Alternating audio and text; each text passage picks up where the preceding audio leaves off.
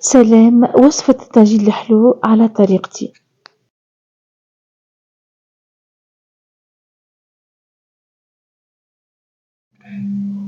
للوصفة هذه نحتاج كيلة من الفواكه المجففة. أنا اخترت كيوي وأناناس ومشمش. في القدرة نحط 2 كيلات ماء وكيلة سكر، ونضيف عليهم المشمش وعود قرفة ونجمة الأرض. نخلطو كلش ونخلوهم يطيبوا على نار هادية.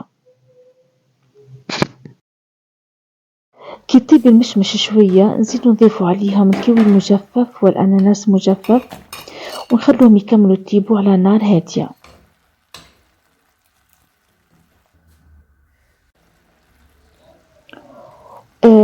في الأخير نضيفو ليهم كأس تاي ماء زهر، نخلطو مليح.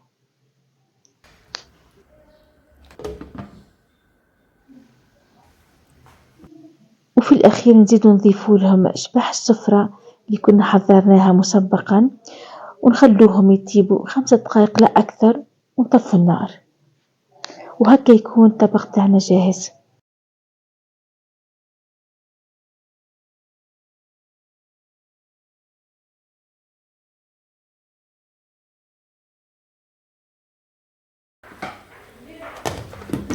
نقدمو الطبق كما شايفين في الفيديو. نديرو وريدات المشمش ونزينو في الوسط بشجرة الأناناس ونرشو عليهم حبات لوز محمصة. إذا عجبتكم الوصفة ما تنسوش تشجعوني بإعجاب وتعليق صغير ومتابعة. والسلام عليكم ورحمة الله وبركاته.